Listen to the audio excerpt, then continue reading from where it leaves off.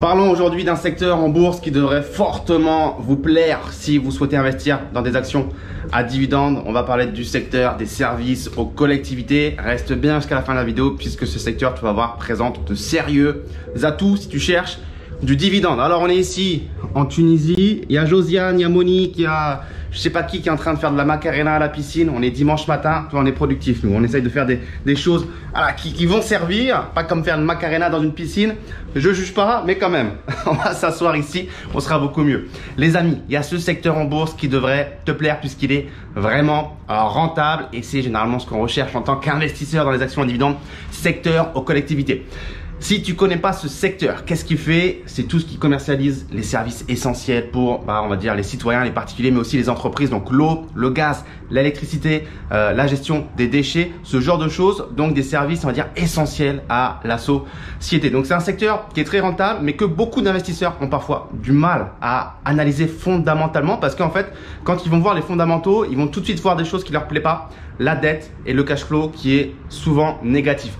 Et comme tout investisseur, on se dit que si le cash flow est négatif, c'est un business qui va pas bien, c'est un business qui n'est pas viable, c'est un business qui a des fondamentaux qui sont vraiment pas bons et c'est souvent ce dont on n'a pas envie. Mais en fait, ça cache un piège que je vais t'expliquer. Et c'est pour ça qu'il y a des entreprises qui ont un cash flow négatif, mais il ne faut pas regarder ça comme étant une information brute, il faut essayer de comprendre pourquoi, quelle est la mécanique. Et tout ce secteur des services aux collectivités a justement une mécanique bien propre à ce secteur qui fait qu'on a des cash flows négatifs, mais que ce n'est pas forcément quelque chose de mauvais. Reste bien jusqu'à la fin de la vidéo, je vais t'expliquer pourquoi. Alors pourquoi je te dis que c'est un secteur rentable? Je te fais apparaître à l'écran l'ETF qui réplique justement ce secteur des services aux collectivités. Tu vas voir que sa performance moyenne en termes de rentabilité sur les 5 dernières années, c'est à peu près 3,08%. Donc voilà, tu prends cette information comme tu le veux, beaucoup, pas beaucoup. Mais surtout si on compare au S&P 500, je te fais apparaître également à l'écran la performance, en tout cas le rendement moyen du S&P 500. Aujourd'hui, on est à peu près à 1,25, 1,26%.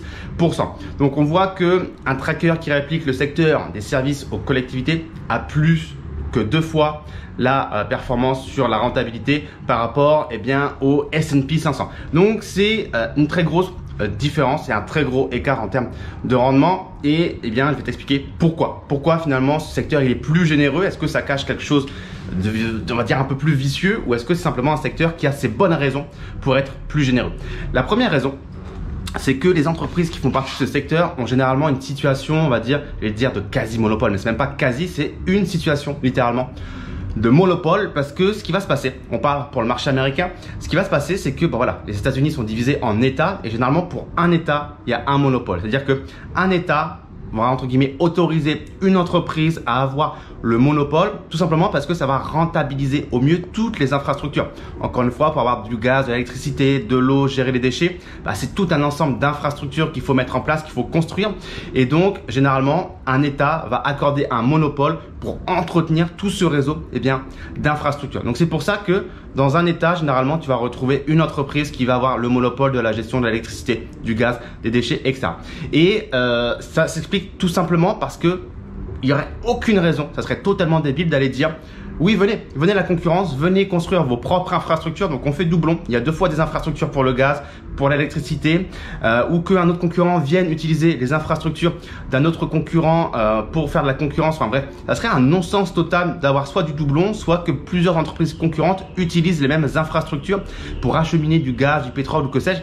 C'est du non-sens, ça peut pas marcher. Donc c'est pour ça que ce secteur, on retrouve énormément de monopoles. Étant donné que c'est un secteur également qui est essentiel, encore une fois, regarde tout ce qu'on est en train de faire ici, les gens à la piscine, les gens qui prennent des douches, les cuisinières en bas qui font les petits déjeuners, etc. Elles utilisent des ressources que ces entreprises commercialisent.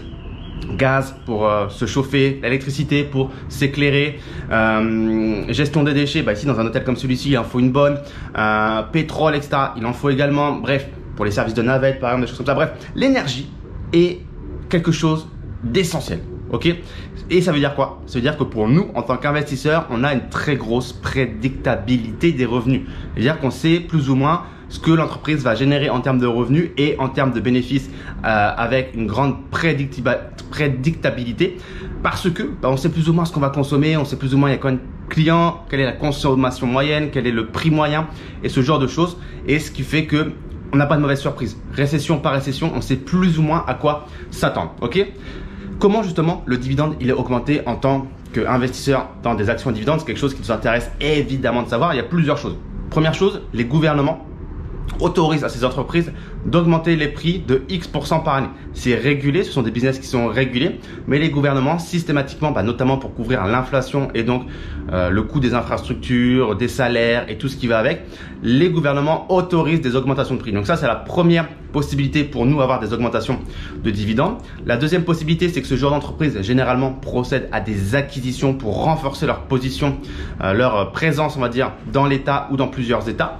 Ensuite, il y a l'augmentation de la population. Je te l'apprends pas. La population sur la planète Terre a la tendance quand même à augmenter. Et ensuite, l'augmentation du nombre de clients, comme toute entreprise. On essaye d'avoir plus de parts de marché, notamment via les acquisitions, etc. Donc, c'est pour ça que généralement, au sein de ces entreprises, dans le secteur des services aux collectivités, vous allez voir ce qu'on appelle donc le pay-out ratio, qui est globalement assez élevé si vous le comparez au pay-out ratio d'autres secteurs, parce que on sait encore une fois qu'on a une prédictabilité des revenus et que les revenus vont se régénérer mois après mois, trimestre après trimestre, année après année. Le payout ratio, si tu es totalement, si tu sais pas ce que c'est tout simplement le pourcentage de bénéfices qu'une entreprise verse sous la forme de dividendes à ses actionnaires. Ok? Donc, bénéfices pas du tout volatiles, bénéfices prédictibles. Donc, ces entreprises se permettent d'avoir une rentabilité plus élevée, de verser plus de dividendes à leurs actionnaires parce que, entre guillemets, elles ont moins besoin d'être prudents parce qu'elles savent que ça va être là encore et encore les revenus. De plus, le gros avantage, c'est que les entreprises de ce secteur, est-ce que d'après vous, elles sont sensibles à la, on va dire à la, comment on dit ça? Je vais dire la corruption, non, à la disruption. Je sais pas comment on dit en français, mais est-ce qu'elles peuvent facilement être victimes, on va dire, d'un changement de technologie, de ce genre de choses? Évidemment que non.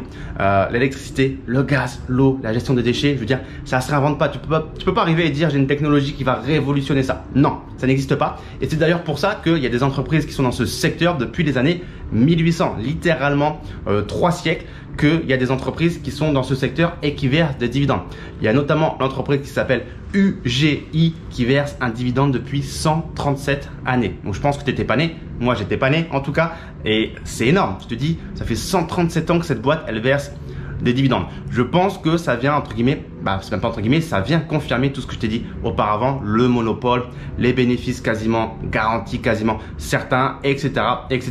Il y a d'autres entreprises évidemment, il y a Consolidated Edison, ça fait depuis les années 1885 qu'elle verse un dividende, donc ça c'est pour tout ce qui est électricité et gaz. Et on a également American Water Works Company, eux ça fait depuis 1886 qu'ils versent un dividende, et là on parle de tout ce qui gravite autour de l'eau. Donc c'est énorme. Encore une fois, si on va voir la liste des Dividend Kings, donc les Dividend Kings, ce sont les entreprises qui pendant plus de 50 ans ont augmenté leurs dividendes année après année. On se rend compte qu'il y a 14 entreprises sur les 53 qui sont des Dividend Kings qui font partie du secteur des services de collectivité.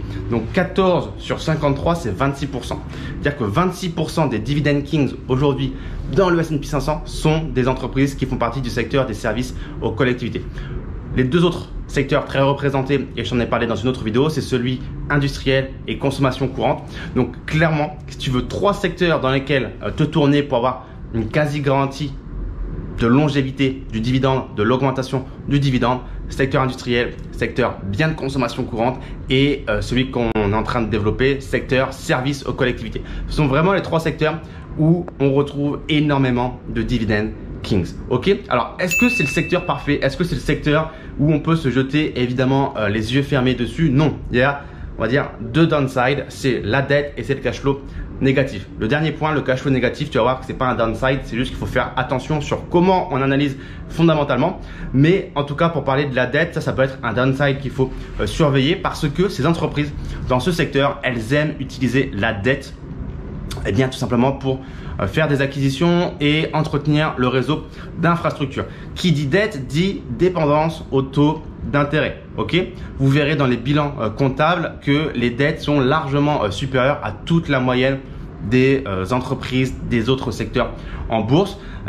Pourquoi? Encore une fois, ça revient à ce que j'ai dit avant, c'est qu'elles savent qu'elles ont une stabilité des revenus et des bénéfices. Donc, elles peuvent entre guillemets se permettre d'avoir plus de dettes parce que c'est moins risqué. encore une fois, si on sait que l'argent va rentrer, avoir une dette, bah, c'est rassurant, entre guillemets. C'est même quelque chose de smart de faire levier avec de la dette, mais c'est encore plus smart quand on sait que bon, nos revenus sont quasiment garantis, assurés. Il faut juste faire en sorte d'avoir une dette qui est gérable, mais on sait qu'on va pouvoir, entre guillemets, la rembourser.